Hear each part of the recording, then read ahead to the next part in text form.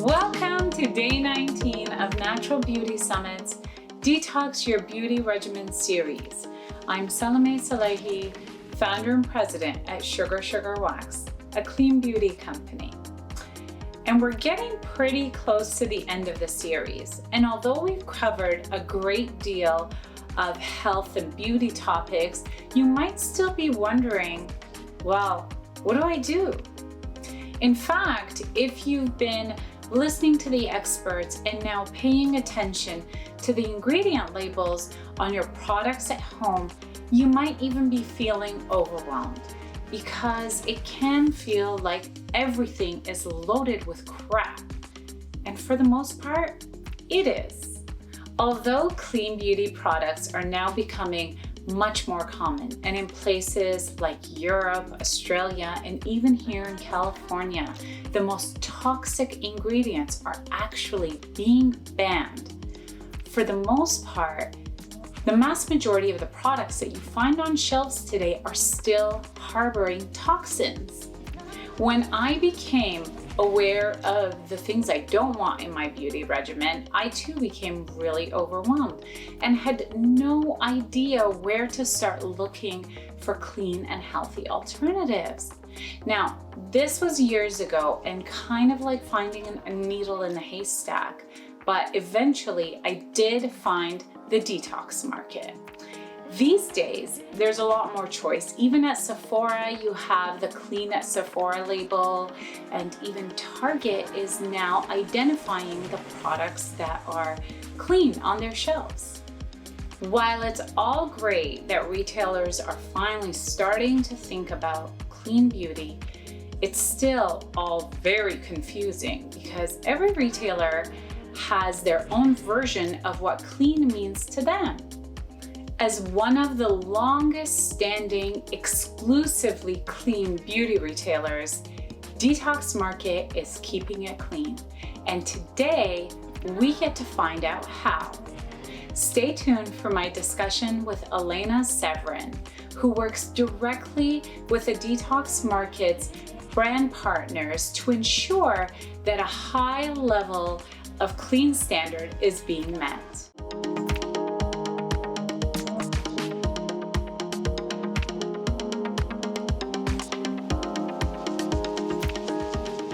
Hi everyone, I am here today with Elena Severin. She is the Director of Brand Partnerships at the Detox Market.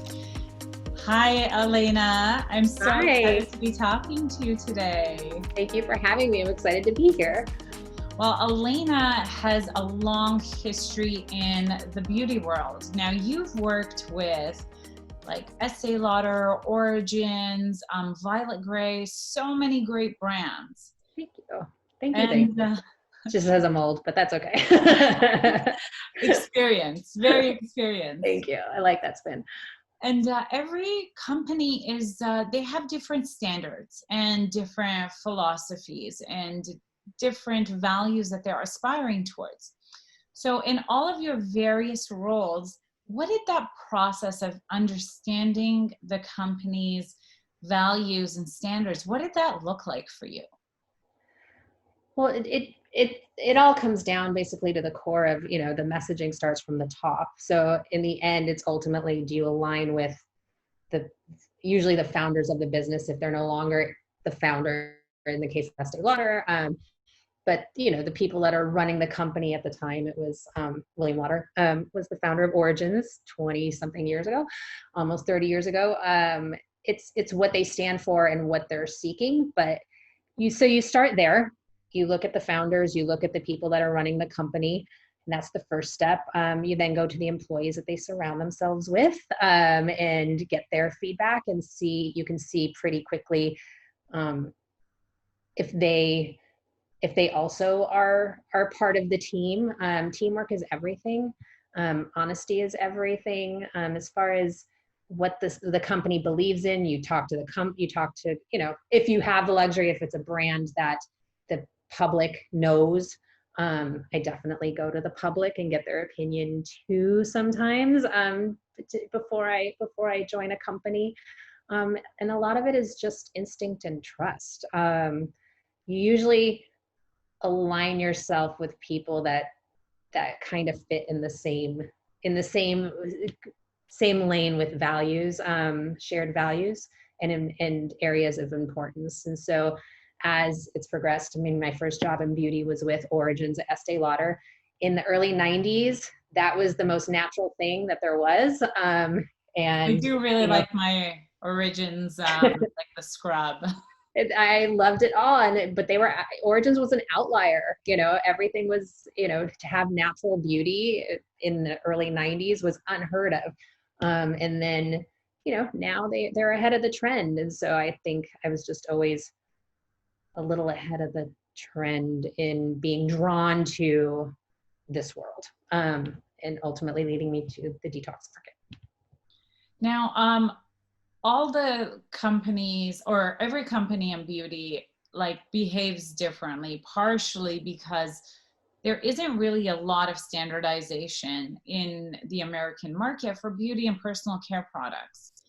Can you give our viewers like an example of a time that like you were like, well, obviously Origins is one of them, but like, was there a specific incident where you're like, oh yes, these people are really like really concerned about the health and well-being of their consumers? Yeah, I mean, it's funny. I don't even know if it started with the beauty industry. Origins was, again, something that I started with straight out of college. So I don't know if it was just because it was my natural inclination to go that way, or I fell into it because I was in my 20s. But I would say the aha moment was definitely as I got older, especially right around the time that I got pregnant with my child, who's, now a teenager. But usually people find their aha moment when it comes to whether it's wellness in general is usually because of a catastrophe or a blessing. So in my case, it was a blessing, thankfully. We were pregnant with our child, and then realized whatever I say we, my husband will like that still. Whatever I was eating was, going into my system. And where was it going ultimately? It's going to Samson, my son. As that evolved, then the aha moment went to, oh my gosh, what am I putting on my system? Putting on my body that's going into my system. My son developed really bad allergies and eczema when he was a baby. And so we tried he would get so scratchy that he would cut himself and bleed. So we tried everything, good and bad in my world, just to help him, to relieve him. You'll do anything. And had him allergy tested, and ultimately found that the now safer ingredients were the things that actually helped his skin, because his body recognized them more easily. But having said that, I don't want to say that 100% natural is ultimately the thing. I'm allergic to strawberries. He's allergic to peanuts. Both found in nature, both not great for us. So, don't want to say that either. But that was probably the aha moment of I really need to pay attention more to everything in my environment. And I think that that's super relatable. Like, I think the minute you become pregnant and your medical doctor is telling you to stop putting A, B, C, D, and E in your body and stop putting like A, B, and C on your body, that's like a real signal. It's if it's not good for the baby, like, and it's not good for me while I'm pregnant, why is it good for me when there's no baby? No, I know. Another ingredient that was, and mind you, I use it now because I like it a lot, but that you can't use when you're pregnant is retinol. At least you weren't supposed to 15 years ago when I was pregnant. So retinol was a big one. That was a moment of, well, why can't I use it when I'm pregnant?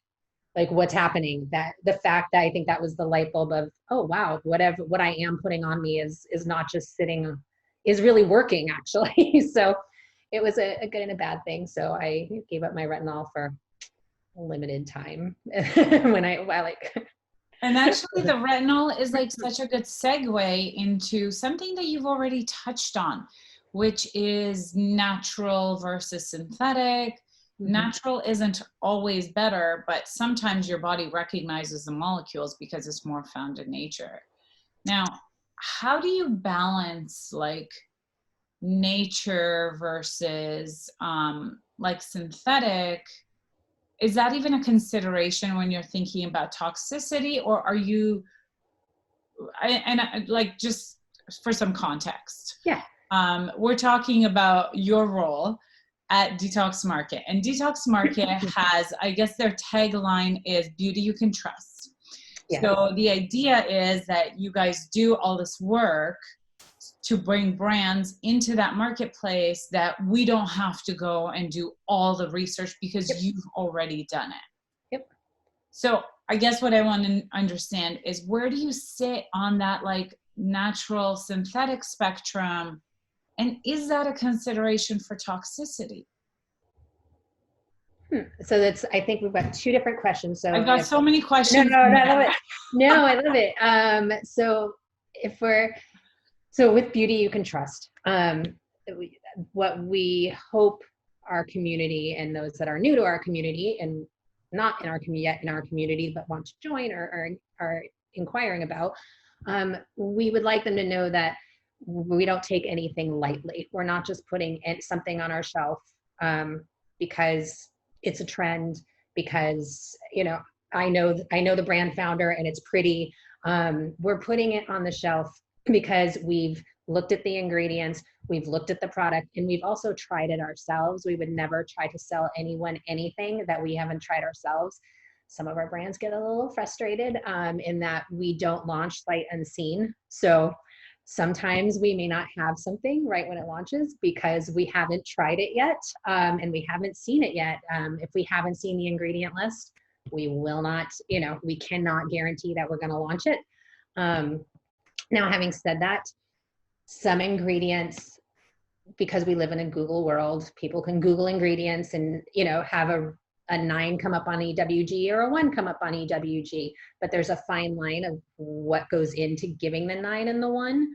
And retinol is a good example, which is what I know segued to this. Retinol, if you type it in EWG, you might get a 9. Retinol used safely is not hazard. Most people will tell you it's not hazardous. Our research has shown us that it's not hazardous. If you're using a retinol and going into the sun, you might have issues. You can't use a retinol when you're pregnant, but it is safe to use if you use it well. And we're here to hopefully educate you, or educate the consumer to find that balance and find the way. Are there some people that will never use a retinol because it comes up as a 9 on EWG? Of course, and we respect that as well. We've had to make hard decisions too, sometimes with ingredients that are deemed safe on EWG, but because of things we're hearing or, the experts that we're talking to, the chemists that we're talking to, the brand founders that we're talking to, we just have that gut feeling that we should maybe refrain from it. And sometimes it is a gut feeling that we're just like, you know what, we're going to hold off on this for a little while.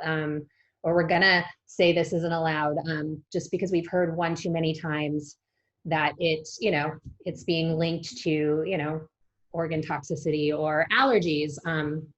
So we would like to err on the side of caution. Yeah. And then back, sorry, I know there's so many questions. And then back to science versus nature. Yes. This world is built on science and nature. And the thing is, we had a discussion earlier, clean beauty is all about science. Nature is all about science. If anyone has ever tried to keep a plant alive or grow a garden, it is all about science. If you don't have the right amount of fertilizer, for your lime tree, that's what I'm trying to do right now. The leaves start to yellow. It's all about balancing science with nature. So that's probably one of my biggest grievances is when people say that clean beauty, it can't have any science into it. Clean beauty is all about science.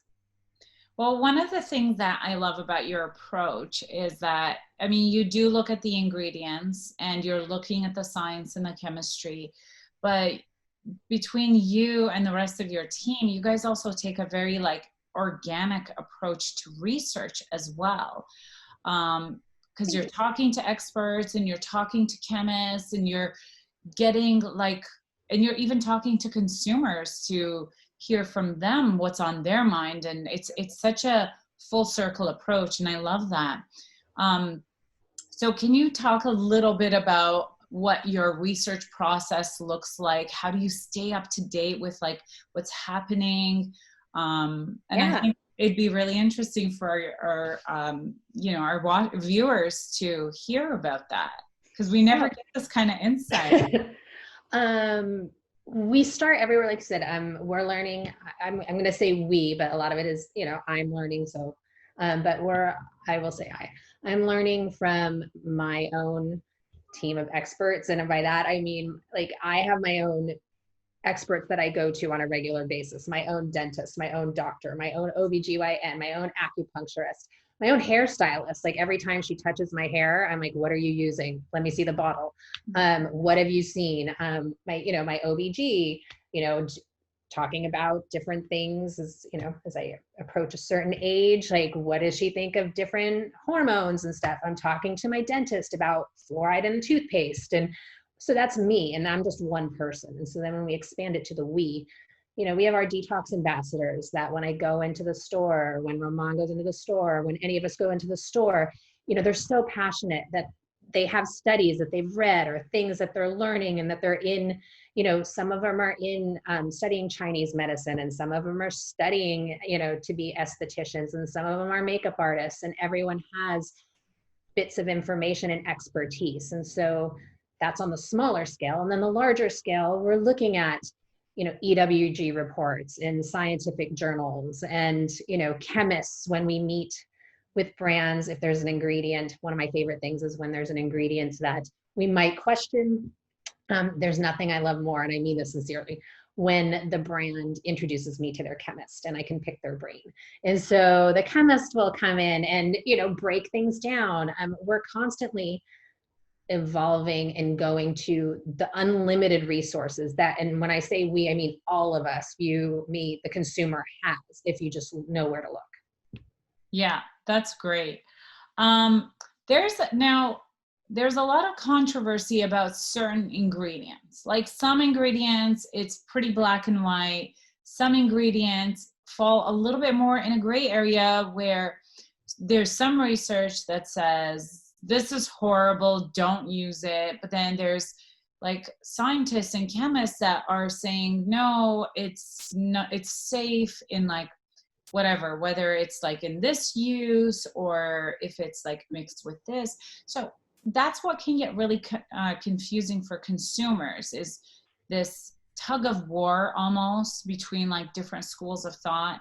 And then often you'll say, or you'll hear like a chemist or a formulator talk about, oh, well, that study is no good because of this and this and that. And we've even seen examples of that in this series where, an expert will dispute findings from a study based on the merits of how the study was conducted. So I guess you've kind of already touched on this a little bit, but how do you make those decisions? I guess I don't know if it's the most important thing. We don't make any decision. We don't take any decision we make lightly. And we don't do it overnight. A perfect example, we've touched on this before, not in this interview, but phenoxyethanol is a great example. It's an ingredient that we recently, and by recently I mean in the past year, added to our banned ingredients list. And I know that there are studies out there that under 1%, it's completely safe, and we're not disputing those studies at all. And again, we are not doctors or scientists or even chemists. We're just talking to those people. But back to not taking that decision lightly, and this is just an example, we had been hearing chatter It started as chatter. It always starts as chatter, and then it's a little flame, and then you start researching the flame for over 2 years. And so we started having conversations with our brand founders, with other brands, with brands we were looking at, with chemists, with experts. You gather all of this data, and at a certain point, you look at everything and you weigh the scales, and we went with our gut on that one. Sometimes it is going with the gut when there's gray area. If it's black and white, there's a couple of ingredients, of course, that are, black and white. They're like, okay. But we do have to weigh all of the research and the choices. And if we keep on researching, which we do, you still have to make a choice eventually. Not saying that choice can change down the road, but you do have to make a choice. Otherwise, you're just collecting data for collecting data's sake. And eventually we have to choose. Our brands are always in the process with us, and we do make brands that are coming to us and presenting. If we know that there's an ingredient that we're looking at for whatever reason, we do make that brand aware that we are looking at that ingredient, just so everyone is aware and knows things can change one way or the other. And I want to underscore that, because change is kind of what's been driving this move towards like cleaner beauty, which Detox Market has been in since like early days. Like it's been 10 years almost. 10 years. We're celebrating our 10-year anniversary in November. Congratulations. Thank you. And that landscape has changed drastically over the course of the last 10 years. So you are, you're in a position where you're constantly having to stay on top of that. And it sounds like you guys definitely err on the side of caution.